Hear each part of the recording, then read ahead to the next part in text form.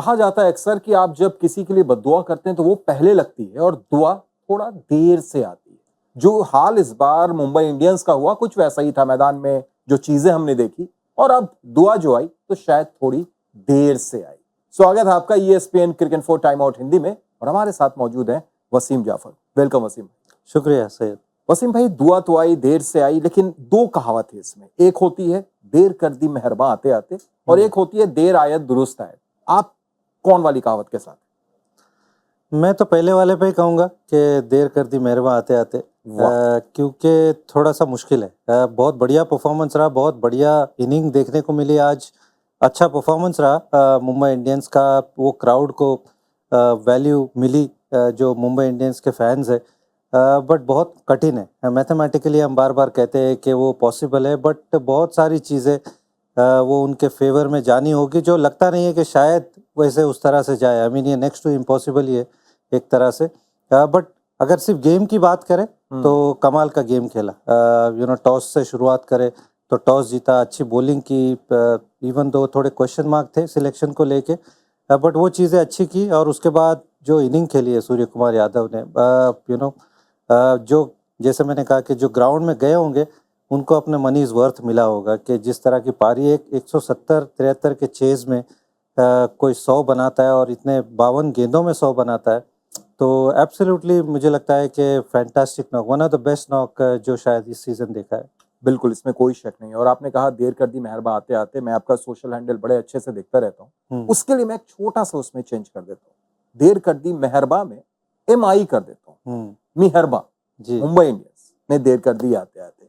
बहरहाल वसीम भाई, लेकिन अगर इस मैच पर आपने तारीफ की सूर्य कुमार की बल्लेबाजी की, वानखेड़े और सूर्या का रिश्ता तो एक अलग सा लगता है। इससे पहले भी जो IPL में शतक हमने देखा उस मैदान पर देखा, फिर आज वो शतक देखा, और आज 31 पर 3। एक बार ऐसा लगा था कि शायद मुश्किल में है, अगर सूर्या की वो पारी नहीं होती तो नतीजा फिर मुंबई वाला हो सकता था। बिल्कुल हो सकता था। और वो 3 विकेटें पावर प्ले में लूज कर दी थी। थोड़ी सी गेंदबाजी भी मुझे लगता है सनराइजर्स ने गड़बड़ कर दी। शुरू में इतने एक्स्ट्रास दे दिए, वो 5 वाइड यहाँ पर, एक 5 वाइड वहाँ पर दे दिए। तो थोड़ा सा हेल्प किया एक तरह से मुंबई इंडियंस को। वो 31 पे 3 की जगह पे शायद 15 पे 3 होते अगर वो एक्स्ट्रास नहीं देते। और अगर सूर्य कुमार यादव की वो पारी नहीं आती तो मुझे लगता है ये गेम बड़ा मुश्किल होता जीतने के लिए, क्योंकि उस तरह की पारी खेलने वाला कोई दूसरा बल्लेबाज नहीं है उस टीम में। आपके 3 विकेटें गिर चुकी थी पावर प्ले में, और उसके बाद में इस तरह की पारी खेलना, और वो 140-143 की पार्टनरशिप 13 ओवरों में, ये सिर्फ पॉसिबल हुआ है सूर्य कुमार यादव के की बदौलत। वरना हार्दिक पांड्या का फॉर्म अच्छा नहीं है बल्लेबाजी में, वो नेक्स्ट थे। नेहाल वडेरा एक यंग प्लेयर है, ऑब्वियसली वो सूर्य कुमार यादव के कैटेगरी में नहीं आते। टिम डेविड खुद अपने फॉर्म से जूझ रहे हैं ऑब्वियसली। तो ये मुंबई की मुझे लगता है कि जीत में सबसे बड़ा श्रेय मैं सूर्य कुमार यादव को देता हूँ। बेशक जो बल्लेबाजी थी वो काबिले तारीफ, और बल्लेबाजी के बाद थोड़ा सा मैं बॉल उठाता हूँ, बात गेंदबाजी की करते हैं। पहली पारी जिस वक्त हुई और जब ऐसा लगा था कि शायद हैदराबाद पहले बैटिंग करती है, बड़ा तगड़ा रन्स बनाती है, पीयूष चावला, वसीम भाई, PC लिखते हैं उनको शॉर्ट में, पुराने चावल की तरह उनकी गेंदबाजी, जो अनुभव दिखा। और खुद उन्होंने कहा मिड इनिंग्स में कि ऐसा लग रहा था कि जो बैटर्स हैं अब तैयार रहते हैं कि आप गेंद ऊपर करें और वो मारें। तो मैंने लेंथ थोड़ी छोटी की, वेरिएशंस लाया, तेज गेंदबाजी, थोड़ी सी तेज गेंद डाली। तो ये अनुभव, तजुर्बा पीयूष चावला, और ये खेल खेल कर ही आता है। ये जो बात उन्होंने की है, ये ऑब्वियसली वो इतने सीजन से खेलते चले आ रहे हैं।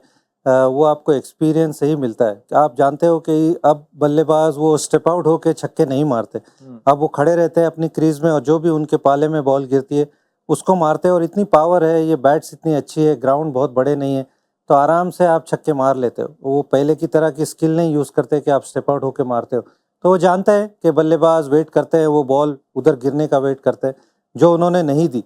और आज थोड़ा सा मिश्रण भी बढ़िया किया। सब जानते हैं कि थोड़ा सा गुगली ज़्यादा मारते, लेकिन आज वो स्ट्रेटर वन और थोड़ा सा लेग स्पिन पे भी ध्यान दिया। और वो क्लासन की बहुत बड़ी विकेट थी, वो क्योंकि क्लासन वो उस तरह के प्लेयर है कि वो आपके सारी कैलकुलेशन बिगाड़ सकते हैं। टीम अच्छी पोजीशन में थी, और अगर वहाँ क्लासन खेल जाते तो ये स्कोर आप 200 के ऊपर देखते, और शायद फिर मुश्किल हो जाती। तो बहुत तारीफ़ करनी होगी पीयूष चावला की, जिस तरह के उन्होंने वो 3 विकेटें मिडिल ओवर्स में गिराई, बहुत बढ़िया। चलिए तो पूछ लेते हैं, हो सकता है पीसी देख भी रहे हो इस वक्त कि अगला सीजन उनको आप वहां पे देख रहे हैं या यहाँ पर हम लोगों के साथ देख रहे हैं जैसा फॉर्म है? आई मीन ये तो पीयूष के ऊपर डिपेंड करता है कि कितना मोटिवेशन है उनके ऊपर खेलने का, क्योंकि अगेन वो रेड बॉल की क्रिकेट नहीं खेलते हैं, वाइट बॉल खेलते हैं, वो भी शायद T20 ज़्यादा खेलते हैं। तो आप उतने अपने आप को मोटिवेटेड रख सकते हो कि नहीं, क्या आप उतनी ट्रेनिंग कर सकते हो कि नहीं। अगर वो मोटिवेटेड है तो आपके पास लेग स्पिनर की तो मतलब ऐसा है कि बहुत वैल्यू है। वो ऑक्शन के अंदर आपको बहुत कम ऐसे इंडियन स्पिनर मिलेंगे कि जिनके पास वो एक्सपीरियंस है, वो रुतबा है जो पीयूष के पास है। तो उनका अगर मोटिवेशन है तो मुझे नहीं लगता है कि कोई टीम उनको छोड़ना चाहेगी। बिल्कुल, और पीसी भाई हम लोग भी कोशिश करेंगे, सोचेंगे कि आप खेलते रहिए और हम ऐसे ही तारीफ करते रहें। लेकिन एक तारीफ और वसीम भाई, हार्दिक पांड्या द बॉलर, जिस अंदाज में पिछले मैच में इस मैच में उन्होंने गेंदबाजी की, एक अच्छा साइन भारत के लिए, वर्ल्ड कप नजदीक है। बिल्कुल, पूरे 4 ओवर डालना, 3 विकेटें निकालना, और वो बीच में नीतीश रेड्डी, शाहबाज अहमद, माको यानसन, 3 अच्छे बल्लेबाज जो थोड़ा गेम का रुख बदली कर सकते थे बीच में, उनकी विकेटें लेना तो ज़रूर उनका मनोबल बढ़ा होगा। इंडियन टीम भी ये चाहती है कि वो आके वो थर्ड बॉलर का रोल करे। 4 ओवर मिनिमम, 3 या 4 ओवर, 3 मिनिमम, अगर 4 डालते हैं तो बहुत ही बढ़िया। तो जब लास्ट पिछले 2-3 मैच से वो बॉलिंग कर रहे हैं और कंसिस्टेंट बॉलिंग कर रहे हैं, जो कि अच्छे संकेत है। और आज थोड़ा विकेट में हेल्प भी था, उस लिहाज से बहुत बढ़िया इस्तेमाल किया पिच का, वो वेरिएशन का भी इस्तेमाल किया, वो हार्ड लेंथ को हिट किया। तो ये अच्छे संकेत है भारत के लिए। लेकिन एक जो चीज है वसीम भाई, वो संकेत अच्छा नहीं लग रहा है। अगर रोहित शर्मा का आप आंकड़ा देखें पिछले 6 इनिंग्स का, 69 रन्स, स्ट्राइक रेट भी कुछ ज्यादा नहीं है, 110 की है, एवरेज 11.5। ये अचानक से रोहित शर्मा का फॉर्म इस तरीके से, वर्ल्ड कप नजदीक है, ये खतरा भारत के लिए या एक अशुभ संकेत? वैसे तो नहीं कहूँगा मैं, क्योंकि obviously world cup different tournament है, IPL डिफरेंट टूर्नामेंट है, ये फ्रेंचाइज क्रिकेट है, ऑब्वियसली वो इंटरनेशनल क्रिकेट है। बट हाँ, फॉर्म को लेके कंसर्न तो बिल्कुल है। आई डोंट नो, मेरे हिसाब से अगर वो ब्रेक ले सकते हैं, थोड़ा सा मेंटली अपने आप को फ्रेश करें, क्योंकि आपके ऐसे भी प्लेऑफ्स में जाने के चांसेस बहुत मिनिमल है। तो अगर वो फ्रेंचाइज से बात करके अगर अपने आप को थोड़ा सा ब्रेक दे दे, मेंटली थोड़ा फ्रेश हो जाए और वर्ल्ड कप में एक नए माइंडसेट के साथ उतरे, क्योंकि ऑब्वियसली वहाँ जाके उनको कप्तानी करनी, तो शायद उनके लिए थोड़ा बेहतर होगा कि यहाँ पे थोड़ा सा ब्रेक ले लें। क्योंकि आप जब लगातार फेल होते रहते हो तो कहीं ना कहीं वो एक गड्ढे में आप गिरते चले जाते हो, क्योंकि वहाँ से फिर आपको वो उठने का मौका नहीं मिलता है। और ऐसे भी टीम के चांसेस कम हो गए हैं प्लेऑफ्स में आने के, तो आपने ज़्यादा कुछ अचीव नहीं करना है। तो अगर वो ब्रेक ले सकते हैं, अगर वो टीम अफोर्ड कर सकती है, तो मुझे लगता है कि थोड़ा सा ब्रेक लेना उनके लिए बेहतर होगा। बिल्कुल, और अगर आप पॉइंट्स टेबल पर हम नजर डालें तो इस जीत के बाद जो चेंजेस आए वो ये आए हैं वसीम भाई कि मुंबई इंडियंस 10 से 9 पर आ गई है, थोड़ा सा ऊपर आई है। 4 पर बनी हुई है अभी भी हैदराबाद, टॉप 4 में है। लेकिन आप देखें, चेन्नई, हैदराबाद, लखनऊ 11 मैचेस 12 पॉइंट्स, और दिल्ली अगर एक मैच और जीत जाती है वो भी 12 पर, यानी बेंगलुरु जैसा ट्रैफिक जैम लग रहा है। बिल्कुल, और ये थोड़ा सा मुझे लगता है कि SRH को बिल्कुल प्रेशर डालेगा, राइट, क्योंकि 4 में से तीसरी हारे बिल्कुल। 4 मैच। और अगला मैच उनका लखनऊ के साथ है, वो बहुत बड़ा मैच है।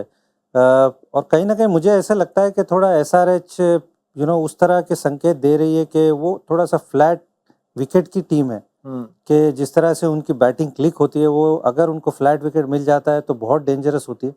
जहाँ थोड़ी सी ट्रिकी पिच मिल जाती है, जहाँ पे बॉल सीम करता है, थोड़ा स्पिन करता है, वहाँ वो बल्लेबाज उस तरह से कोप अप नहीं कर पा रहे। ये हमने थोड़ा सा देखा है पिछले कई मैचेस में, जिस वजह से वो 3 हार भी मिली है उनको। तो ये इस तरफ थोड़ा नज़र दौड़ानी पड़ेगी उनको, कि उनके बल्लेबाज को थोड़ा अप्रोच देखना पड़ेगा कि अगर पिच में थोड़ी सी हेल्प है तो क्या हम थोड़ा सा टारगेट को कम करके, वो जो 260 270 रन हम देख रहे थे, क्या उसको कम करके 190 200 को टारगेट करें और उस तरह से इनिंग को अप्रोच करें। क्योंकि अगर थोड़ी हेल्प होती है, अगर ट्रेविस हेड आउट हो जाते हैं, अभिषेक आउट हो जाते हैं, क्लासन के रन नहीं बन रहे कुछ मैचेस से, तो ये टीम उतनी डेंजरस नज़र नहीं आती। और प्लस आपके पास वो स्पिन गेंदबाजी नहीं है, बॉलिंग अटैक थोड़ा सा वन डायमेंशनल है, मार्को यानसन उनके क्लिक नहीं हो रहे हैं। तो इस टीम में थोड़े से लूप होल्स नज़र आ रहे हैं, अगर पिच उनके मुताबिक नहीं है तो यहाँ पे मुझे लगता है थोड़ा सा उनको सोचने की ज़रूरत है। आप पिच की बात कर रहे हैं वसीम, अगला तीनों मुकाबला इत्तेफाक से इनको घर में खेलना है,